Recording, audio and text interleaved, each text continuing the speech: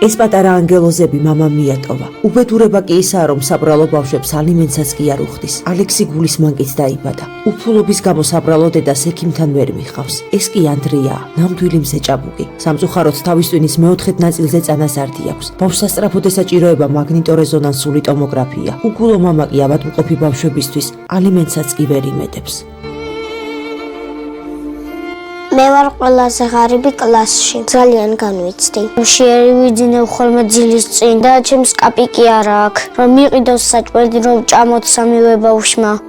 მთელი დღის განმავლობაში ბავშვებს ხმელი პურის გარდა არაფერი უჭამიათ. საღამოს კი დედამ ბოლო კაპიკებით ნაყიდი ცოტაოდენი მაკარონი მოხრაკა. თიკას ისევშია, მაგრამ საბრალო გოგონა თავის ავადმყოფ ძამიკოებს უნახავს მაკარონს. შეხედეთ, ჩატეხილ მინაზე ლეიკოპლასტირია აგრული. ხომ წარმოგიდგენიათ, როგორი ყინვა შედის ამ ფანჯრებიდან ოთახში. შიმშილისგან დაუძლურებულ ბავშვებს ამ საშინელ ოთახში ზინავთ და სიცივისგან კანკალებენ. საბანიც კი არ აქვთ თბილი. ეგ ეს სტადიონი არის და აქ ამ რაიონიდან პირდაპირ ვხედავ, რომ ეკით თამაშობენ ფეხბურთს.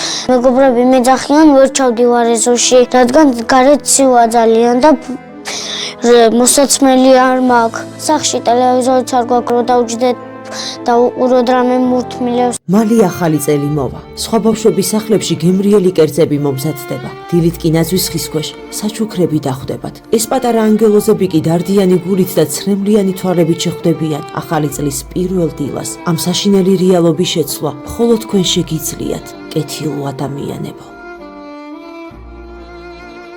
გადარიცხეთ ნებისმიერი თანხა ჩერნოვეცკის ფონდის ოფიციალური საიტის მეშვეობით.